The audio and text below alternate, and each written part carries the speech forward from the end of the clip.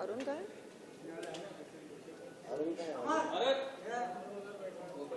हाँ, सबको बुलाओ ना, जो लोग बैठे हैं उनको भी बुलाओ। हाँ, मैं यहाँ पर हूँ मीडिया इंटरेक्शन के लिए, सबको बुला लो। हाँ, सबको बुला लो।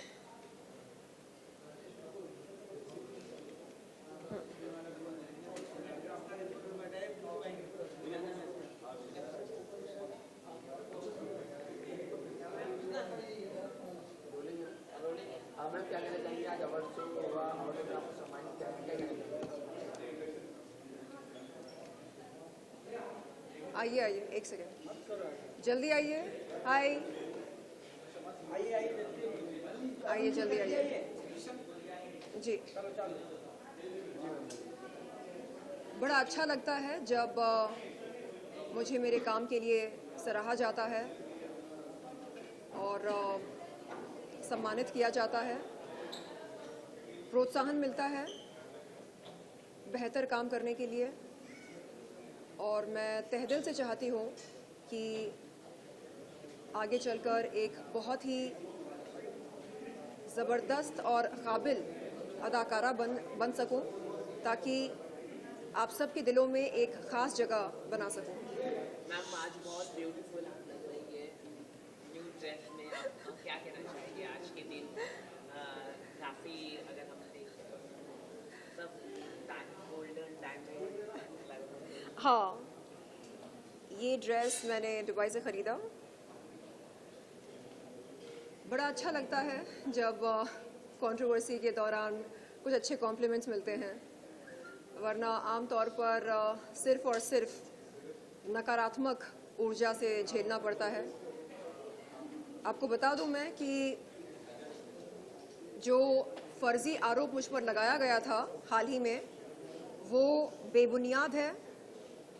मैंने साइबर पुलिस से ये गुजारिश करी है कि तत्काल ये पता लगाया जाए कि क्या असल में राखी सावंत के सोशल मीडिया अकाउंट की हैकिंग हुई या नहीं, हाँ या ना, और अगर हैकिंग हुई तो किस आईपी एड्रेस से हुई और किस डिवाइस से हुई। अगर हैकिंग नहीं हुई तो मैं अनुरोध करती हूं साइबर पुलिस से कि राखी सावंत को कड़ी से कड़ी सजा दी जाए। और अगर ये साबित हुआ कि शर्लिन चोपड़ा ने राखी सावंत के सोशल मीडिया अकाउंट की हैकिंग करी है, तो मैं इस अपराध के लिए सजा भुगतने को तैयार हूं। और अगर ऐसा साबित नहीं होता है तो राखी सावंत को कड़ी से कड़ी सजा दी जाए। ये मेरा अनुरोध है साइबर पुलिस से। आए दिन वो मुझ पर झूठे आरोप लगा रही है। और आप ये बताइए मुझे, यहाँ पर कोई मुसलमान है? कोई मुसलमान है यहाँ पर? कोई सच्चा मुसलमान उम्रा जाने से पहले क्या फर्जी आरोप लगाता है? कोई सच्चा मुसलमान काबा के सामने क्या ड्रामे करता है?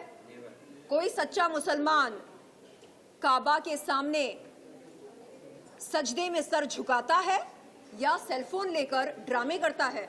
किसी का उधारी भी नहीं रखता। देखिए, मैडम बोल रही है किसी का उधार नहीं रखता है सच्चा मुसलमान। सच्चा मुसलमान अल्लाह की इबादत करता है। सच्चा मुसलमान अल्लाह के दिखाए रास्ते पर चलता है, लोगों को ठगता नहीं है, दगा नहीं करता, फरेब नहीं करता, लोगों से झूठ नहीं बोलता, फर्जी आरोप नहीं लगाता है। कोई सच्चा मुसलमान किसी के जज्बातों के साथ खिलवाड़ नहीं करता है, जिंदगियां बर्बाद नहीं करता है। इसलिए मैं ये कहती हूं कि राखी सावंत एक फर्जी मुसलमान है। जो मुसलमान अल्लाह की इबादत नहीं करता है, अल्लाह मियां से मोहब्बत नहीं करता है, वो एक फर्जी मुसलमान है। और बताइए। आपने सुना कि आप बिग बॉस 17 में जाने वाली है, कितनी बात की सच्चाई है, कुछ अगर आप बता सकें। देखिए, बिग बॉस एक ऐसा मंच है जहां पर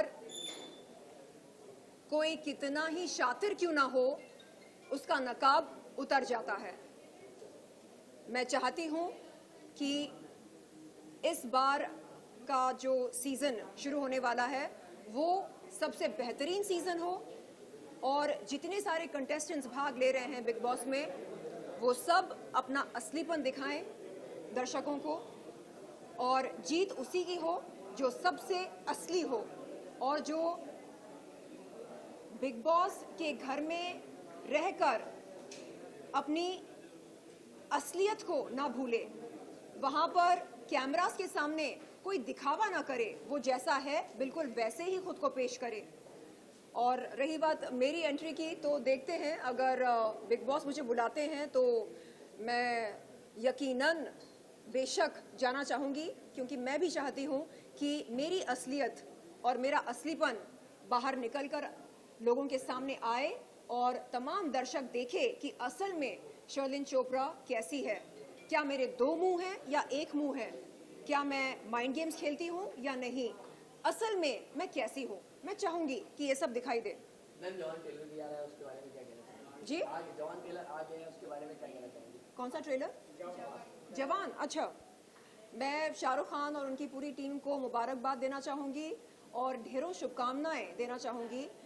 वो इसलिए क्योंकि हम देख रहे हैं कि शाहरुख खान अब वापस फॉर्म में आ गए हैं और पठान, जवान, जितनी भी उनकी आने वाली फिल्में हैं सब ब्लॉकबस्टर्स होंगे, ऐसा हम और उनके तमाम फैंस चाहते हैं, क्योंकि एक लंबा ब्रेक हो गया था उनकी तरफ से, तो उसकी भरपाई उन्हें करनी होगी back to back blockbuster hits देकर। तो Shahrukh, we love you and do the very best and we are super proud of you. आपने कुछ वीडियोस देखी जो लोग कमेंट कर रहे थे कि राखी जी मीडिया के सामने आती है, शर्लिन जी के बारे में बोलती है, शर्लिन जी मीडिया के सामने आती है, राखी जी के बारे में होती है, इन दोनों एक दूसरे के बारे में बोलते सिर्फ अपनी पब्लिसिटी के लिए। उन लोगों के बारे में आपको क्या कहना है? देखिए, दर्शकों से मैं बता दूं कि ये शुरू कैसे हुआ, ये जो सिलसिला है कैसे इसकी शुरुआत हुई। शुरुआत में मैंने एक लड़ाई लड़ी उन लोगों के खिलाफ जिन्होंने मेरा यौन शोषण किया। मैं इंसाफ की गुहार लगाने पुलिस चौकी पर गई। उसने क्या किया? राखी सावंत ने क्या किया? राखी सावंत ने मेरी इस लड़ाई का मजाक बनाकर इसको भंग करने की पूरी कोशिश करी। मैंने उसको 1000 बार बोला कि आप प्लीज साइड हो जाओ, आप गेट क्रैश मत करो मेरी इस लड़ाई को।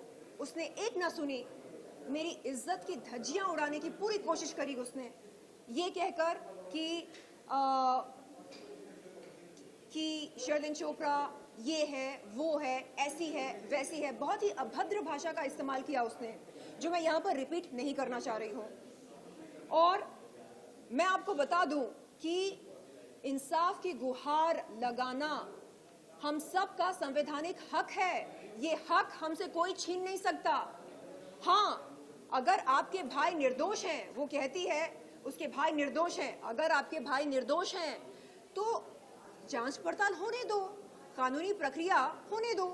अगर सच में निर्दोष हैं तो उन्हें कुछ नहीं होगा, आप बेफिक्र रहो।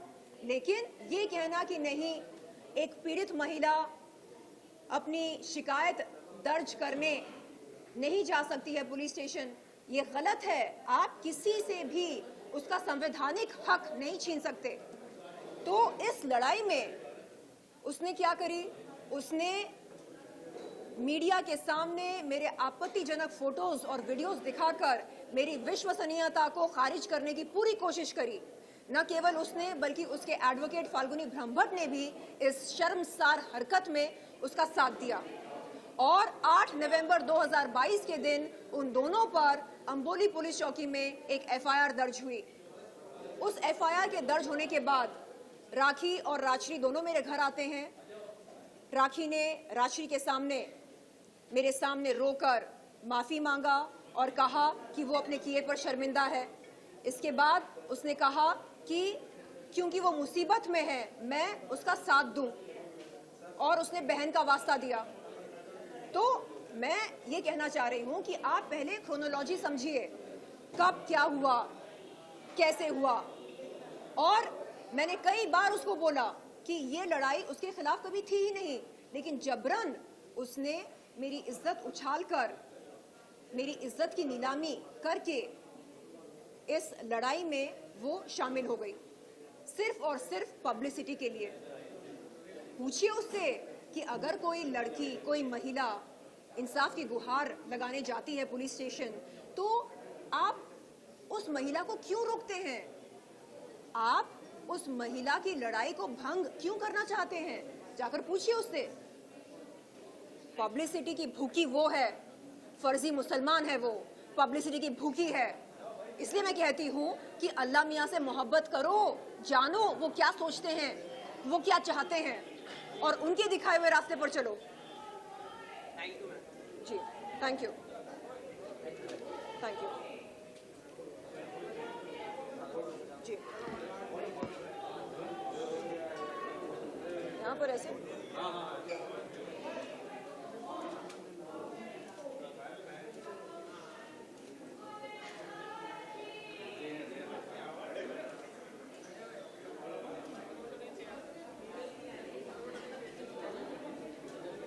थैंक यू जी, बढ़िया।